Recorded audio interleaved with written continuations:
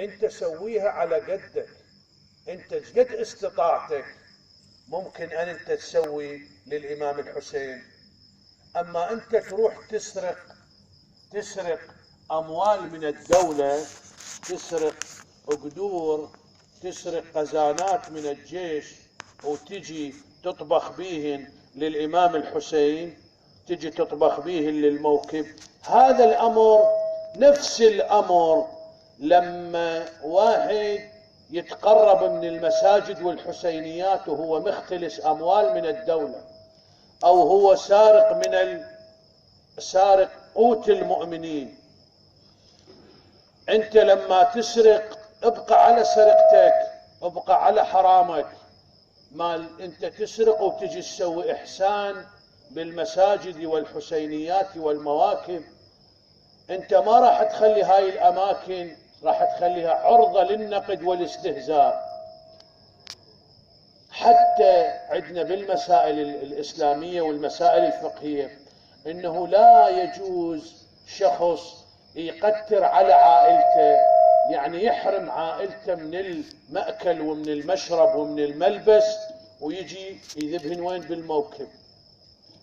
لا، الامر لابد ان يكون بين امرين، يكون اكو توازن بهذه العملية. انه انا ممكن عائلتي ساترها وعدها قوتها وعدها اكلها اليومي وهي يعني مستقرة اقتصاديا وماديا، ولما اروح للمجلس الحسيني او لما اروح للحسينية الفلانية او لما اروح للمسجد الفلاني. اذن هنا عامل التقوى مهم جدا، انه الانسان لما يفهم شنو تعريف التقوى. النبي الاكرم صلى الله عليه واله عرف التقوى تعريف جدا بسيط وما يحتاج لاي تأمل كثير. يقول ان التقوى ان يجدك الله حيث امرك. التقوى شنو؟ ان يجدك الله حيث امرك ولا يجدك حيث نهاك.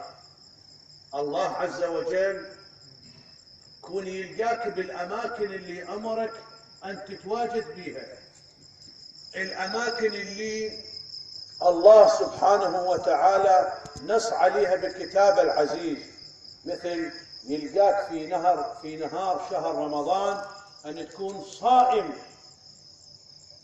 هذا معنى التقوى.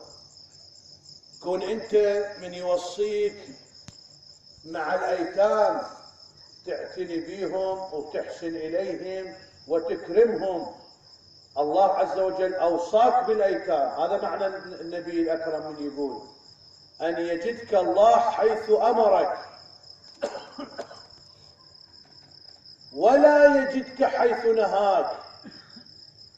التقوى يقول كون الله عز وجل حينما نهاك عن اماكن كون ما يلقاك انت بيها. مو نهاك عن القهوة تقعد بيها تلعب دوملة، لو تلعب بليار، لو تلعب طاولي. والله عز وجل امرك ان لا تتعاطى مع هذه الالعاب اللهوية. الله امر ان هذه الالعاب لا تباع ولا تشترى، ويحرم التجارة بها ويحرم اللعب بها ويحرم التكسب بها، سواء كانت برهن ام بغير رهن. تجي انت تروح تقعد بهاي الاماكن. الله سبحانه وتعالى امرك ان لا تجلس بالمجالس التي فيها غيبة ونميمة. تجي انت وين ما اكو مجلس فيه غيبة ونميمة وعدم ذكر لله سبحانه وتعالى. هذا التعريف اللي هو عرفه النبي الأكرم للتقوى. يجي تعريف ثاني يعرفوه علماء الأخلاق، يقولون إن التقوى هي أشبه بطريق وهذا الطريق مملوء بالأشواك والألغام.